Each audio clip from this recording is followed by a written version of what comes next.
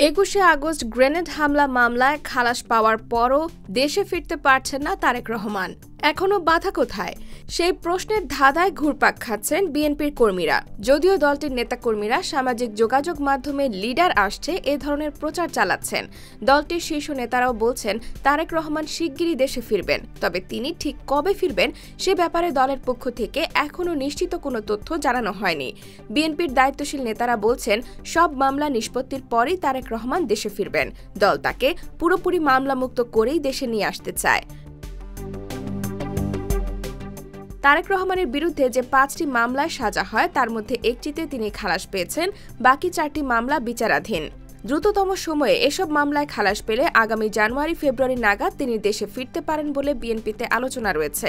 তবে তার দেশে ফেরার ইস্যুটি আইনি প্রক্রিয়ার পাশাপাশি রাজনৈতিক বিষয় বলেও দলটির নীতি নির্ধারণী পর্যায়ে কথা বলে জানা গেছে।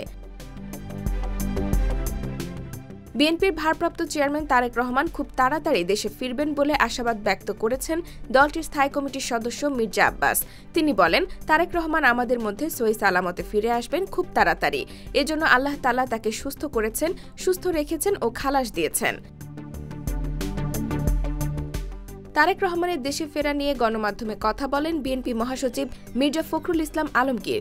সেখানে তিনি বলেন, তারেক রহমানের বিরুদ্ধে কতগুলো মামলা আছে সেগুলো আদালতে আইনি প্রক্রিয়ার মধ্যে রয়েছে।